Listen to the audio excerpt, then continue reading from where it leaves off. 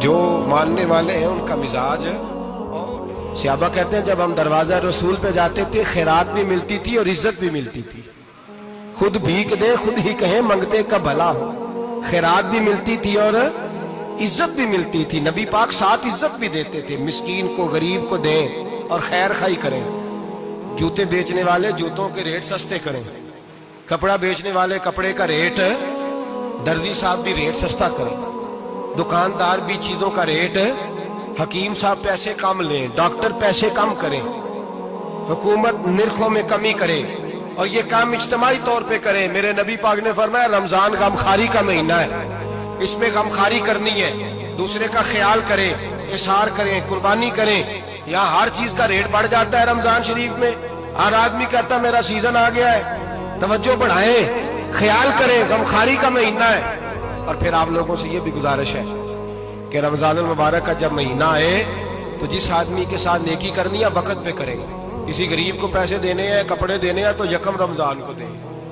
میں اکثر دوستوں سے پوچھتا ہوں، میں کہتا ہوں قاری صاحب نو جوڑا کدو دیندے ہو؟ کہندے 27 والے دن. میں کہ مینوں لگ گئی سمجھ تہاڈی سازش ہے کہ جڑے سواں کے پا نہ لوے. ایویں مولوی چودھری صاحب دے نال دے کپڑے پا لے تے کتے لکھیا اینوں دینا ہے 27. تسی دسو 27 والے دن کو درزی سی کے دیندا ہے انہوں 3 گنا بھی پیسے دئیے تو کہندا جڑے باقی نے انہاں دے نہیں بٹن پہ لگ دے میرے کو کتھوں جوڑا سی کے. تو کس دن دیتے ہو قاری صاحب؟ کیا مقصد ہے؟ پہننے کے لیے دے رہے ہو یا اس لیے دے رہے ہو کہ نہ پہن سکے؟ تو بھائی آپ جب کسی کو کوئی چیز دیں گے تو کب دیں گے؟ جب وہ استعمال کر سکے. غریب کو لوگ فطرانہ دینے جاتے ہیں عید سے 1 دن پہلے، تو کیا کرے گا اس کا؟ نہ تو کپڑے خرید سکا نہ روٹی لا سکا. بلکہ میرے حضرت صاحب فرماتے ہیں رمضان سے پہلے دے دو. رمضان کی نیت کر کے رمضان سے 1-2 دن پہلے دے دو، اللہ رمضان جتنا ثواب ہی عطا فرمائے گا. رمضان سے پہلے دو جس کو کچھ ہے دن، قبل از وقت تیاری کرو. اور میرے قبلہ صاحب فرمایا کرتے اپنے کپڑے بعد میں، غریب کے بچوں کے کپڑے پہلے، اپنے گھر کی ضروریات بعد میں، غریبوں کی ضروریات. اس لیے کہ اللہ پاک نے ان کا رزق بھی ہمارے گھر بھیج دیا ہے. ہماری ڈیوٹی لگائی ہے کہ تم نے بانٹنے والے بنو. اور یہ ذہن بنائے کہ پتہ نہیں کس کا حصہ تھا جو اللہ نے میرے گھر بھیجا. یہ ذہن بنا کے پڑھو. اور جس کو دینے جائیں، ہاں آپ کو اجازت ہے تھوڑا بہت پتہ کرنے کی، لیکن تھوڑا بہت تفتیش کرنے کی اجازت، بال کی کھال اتارنے کی اجازت. میں نے دیکھا ہے لوگ غریبوں کا انٹرویو لیتے ہیں.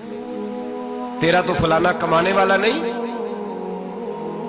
تیرا تو فلاں بچہ. او بھائی بہت سارے غریب ایسے ہیں، بڑے ہیں جو کمانے کی کوشش کرتے ہیں لیکن ان کا سبب نہیں بنتا. ہاں ہے ایسے لوگ جو سعودی عرب چلے گئے ہیں، کہتے ہیں تیرا تو فلاں باہر نہیں گیا ہے، لیکن سارے سعودی عرب جانے والے بھی مال کمانے کی طاقت نہیں رکھتے. کئی وہاں بھی بیٹھ کے بیچارے قرضوں میں الجھے ہوئے ہیں، وہاں والوں کے ظلم کا شکار ہیں. بہت ساری آزمائشوں میں تو تفتیش عطا فرماتا ہے. تو نیت دیکھ تیری کس طرح کی. تو میرے بھائی غریب کو دیں، قبل از وقت دیں. رمضان مبارک میں چوتھا کام، بات آخری اور چوتھا کام سنیں. رمضان میں دین سیکھیں. شیطان قید ہوتا ہے زیادہ سے زیادہ، اور جب آدمیوں کا پیٹ خالی ہوتا ہے نا تو ذہن جو ہوتا ہے نا وہ بھی اس کا فریش ہوتا ہے. اس میں کوشش کریں دین سیکھنے کی. میرے نبی کریم صلی اللہ علیہ وسلم نے اس دین کو علم کا دین قرار دیا ہے، شعور کا دین قرار دیا ہے، فہم کا دین قرار دیا ہے. نبی پاک صلی اللہ علیہ وسلم نے فرمایا ایک عبادت کرنے والا عشاء کے بعد کھڑا ہو اور فجر تک نماز پڑھتا رہے.